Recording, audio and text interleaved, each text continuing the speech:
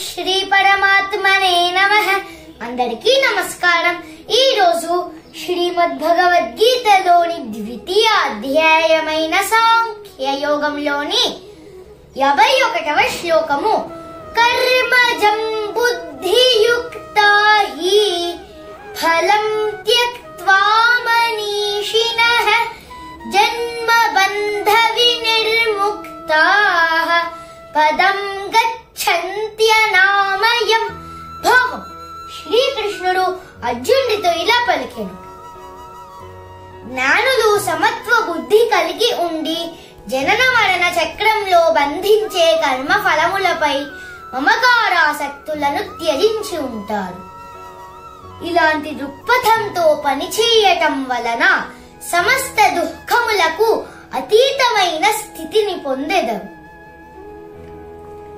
52వ శ్లోకము యదా తే మోహకలిలం బుద్ధిర్వ్యతితరిష్యతి తదా గంతాసి నిర్వేదం శ్రోతవ్యస్య శ్రుతస్య చ.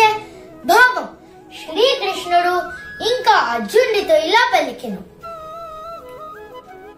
మోహమనే ఊబి నుండి నీ బుద్ధి బయటపడినప్పుడే నీవు ఇప్పటి వరకు విన్నదాని గురించి ఇక వినబోయే దాని గురించి వైరాగ్యం కలుగుతుంది. 53వ శ్లోకము శృతి విప్రతిపన్నాతే యదా స్థాస్యతి నిశ్చల సమాధావచలా బుద్ధిస్తదా యోగమవాప్స్యసి.